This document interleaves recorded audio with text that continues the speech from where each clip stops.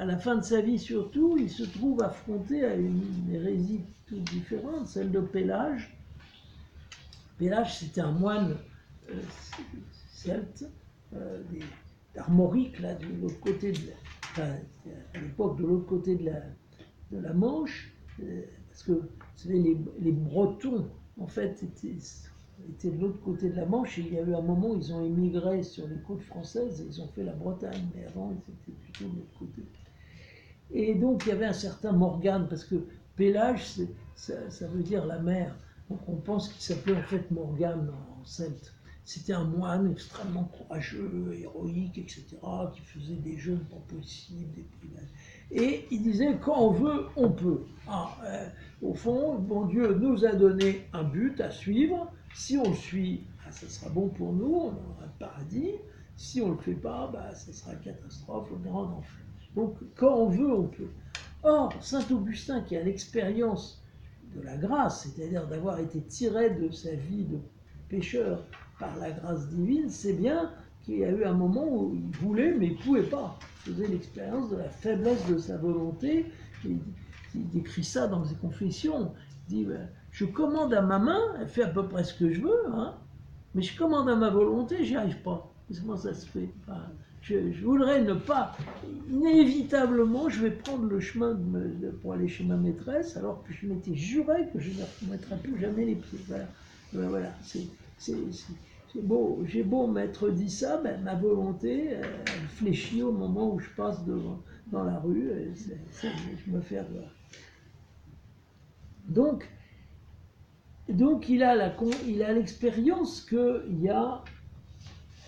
Saint Paul le dit, le passage des Romains que je vous ai cité tout à l'heure, mais ce que je dis aussi, c'est-à-dire qu'il y a un péché originel qui a laissé des traces dans notre cœur et qui a fait une fragilité de la liberté humaine au péché. C'est-à-dire que nous avons une liberté, mais nous n'avons pas une pleine liberté.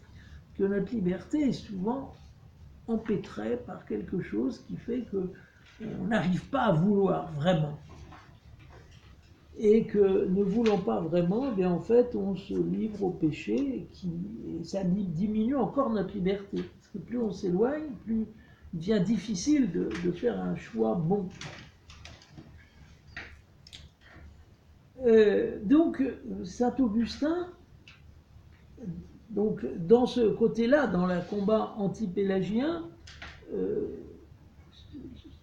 plus pessimiste en quelque sorte, fait en valeur, met à jour les faiblesses de la liberté humaine qui n'est pas entière.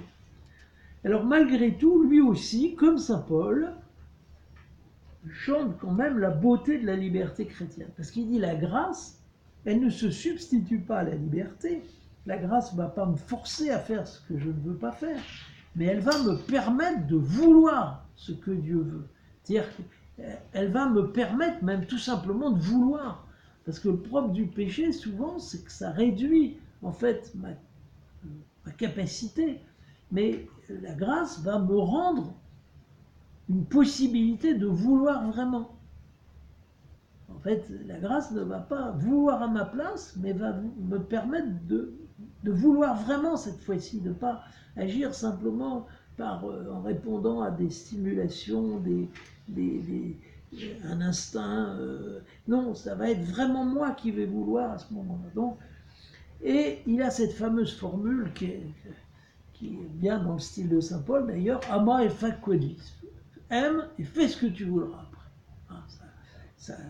Alors, il faut dire qu'il disait ça à un père de famille qui avait envie de flanquer une raclée à son fils parce qu'il s'était vraiment très mal conduit. Il n'y avait pas en ce temps-là de loi pour interdire ça. Et donc, alors il ne veut pas dire qu'il faut faire n'importe quoi, comprenez bien. C'est un peu comme saint Paul. Une fois qu'on est uni à Dieu, eh bien Dieu nous laisse en quelque sorte un peu les rênes pour que nous répondions aux occasions qui se présentent et que nous agissions pour le mieux. Ama et fac quodlis.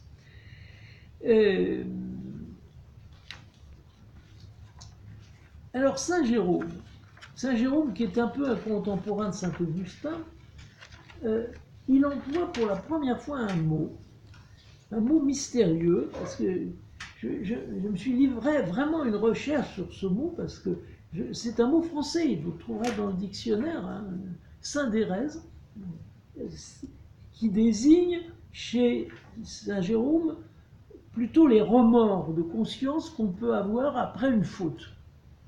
C'est-à-dire le fait qu'on est malheureux de ce qu'on a fait. Alors il le dit à propos de Caïn.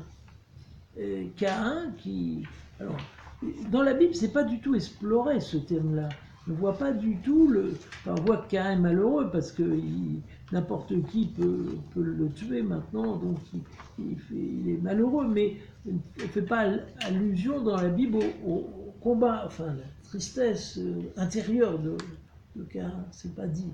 Mais, vous savez, on va de plus en plus parler du remords de Caïn. Alors, vous avez peut-être en tête le poème de Victor Hugo, où l'œil était dans la tombe et regardait Caïn. Vous savez, à la fin, il paye pourchassé par le remords, et il regarde la tombe, et il va être mis, et l'œil était dans la tombe et regardait Caïn. Alors même dans la mort, ils se sont jugés, etc. C'est affreux, c'est atroce, etc. Donc voilà, la conscience comme, alors curieusement il dit comme une étincelle de l'âme. C'est qu'au fond de nous, il y a quelque chose qui n'a pas été touché par le péché originel, qui est la conscience de la droiture, du vrai, du beau, et que notre péché a contredit. Donc, grâce à Saint Jérôme, va rentrer dans le vocabulaire philosophique cette notion de syndérèse qui désigne la conscience, et particulièrement la conscience malheureuse après le péché.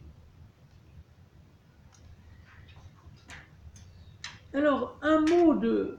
Alors, je saute quelques siècles, parce que Saint Jérôme, c'est le 4e siècle, Anselme, c'est le 11e, donc vous voyez, j'ai fait un saut dans l'histoire. Anselme de Canterbury a un ouvrage très intéressant qui s'appelle, non pas du libre arbitre, mais de la liberté de l'arbitre. C'est-à-dire, il se pose la question, finalement, qu'est-ce qu'on appelle la liberté ? Et alors, c'est un dialogue. Alors, il parle à un de ses moines et il dit alors l'autre sort la définition classique. Il dit la liberté, c'est de pouvoir faire le bien ou le mal.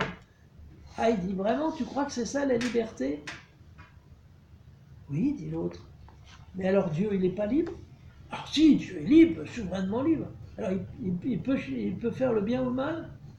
Ah, c'est vrai, dit l'autre. C'est un problème là. Et Anselme dit, tu vois, la liberté, tu ne peux pas la définir comme la possibilité de faire le bien ou le mal. Sinon, Dieu n'est pas libre. Donc il faut que tu distingues la liberté de la péccabilité, c'est-à-dire du pouvoir de pécher, de la possibilité du péché. La liberté, elle est faite pour le bien, elle est faite pour choisir ce qui est beau, ce qui est noble. Liberté, c'est cette capacité de vouloir ce qui nous correspond profondément, c'est-à-dire la lumière, la vérité. Mais bien sûr, nous avons aussi cette flexibilité de la volonté qui fait qu'on peut se diriger d'un sens ou d'un autre. Mais n'appelons pas ça la liberté par pitié. Ça, c'est Saint Anselme. Il ne sera pas suivi d'ailleurs. Même Saint Thomas d'Aquin reprendra un peu la définition classique de la liberté. Mais c'est quand même très fort ce que dit Saint Anselme. C'est-à-dire, attention, ne ramenons pas en tout cas la liberté au pouvoir de faire le bien et le mal. La liberté est donnée pour la vérité, pour la lumière. Alors il dit, il faut dire que Dieu, l'ange et l'homme sont libres, mais qu'en plus, l'ange et l'homme ont une certaine péccabilité, c'est-à-dire peuvent pécher, parce que Dieu ne peut pas pécher. Donc pour lui, la liberté n'est pas la possibilité de faire le bien ou le mal, et la possibilité de faire le bien seulement. Alors peu de temps après, Bernard de Clairvaux, Saint Bernard de Clairvaux, excusez-moi, écrit un traité, lui, carrément du libre arbitre, dans lequel il chante la beauté de ce que Dieu nous a donné, en nous donnant une certaine participation à son être, parce que Dieu, l'image de Dieu dans l'homme, c'est sa liberté. C'est le premier à dire ça, hein, mais c'est important. Alors, saint Thomas d'Aquin, qui ne tient apparemment pas compte de l'enseignement de saint Anselme, donne un grand développement à la notion de syndérèse, qu'il a été cherché chez Jérôme, et il en fait quelque chose d'extrêmement important, comme une des plus hautes facultés de l'âme. Il a été impressionné par ce que disait saint Jérôme, de cette étincelle de l'âme. Il dit, la syndérèse, c'est cette capacité d'énoncer infailliblement, ça qui est énorme, infailliblement, les premiers principes, c'est-à-dire la justesse, la bonté, la charité, la vérité, enfin, tout ce qui grandit l'homme, Dieu l'a déposé dans la syndérèse de l'homme. Et donc cette syndérèse nous incline au bien et elle murmure contre le mal. C'est la survivance de l'état de l'homme avant le péché originel. Alors, c'est bel et bon, mais saint Thomas d'Aquin lui-même est obligé de dire que la conscience pratique, la conscience psychologique, comme on dirait nous maintenant, c'est-à-dire le ressenti de l'homme, n'est pas toujours à ce niveau-là. Ce que nous ressentons comme bien et mal, c'est souvent entaché d'erreur. On a vu, saint Paul le disait, ce que nous ressentons intérieurement n'est pas si sûr que ça. Alors donc, en quelque sorte, il y a deux paliers à la conscience. Il y a la conscience pratique, quoi, en quelque sorte, que nous éprouvons, qui est parfois un petit peu faussée. Et puis, il y a l'arrière-plan, alors ce qu'il appelle la syndérèse, qui est cet énoncé infaillible des premiers principes. Bon, alors les débats modernes. Modernes, ça commence avec la réforme protestante. Hein,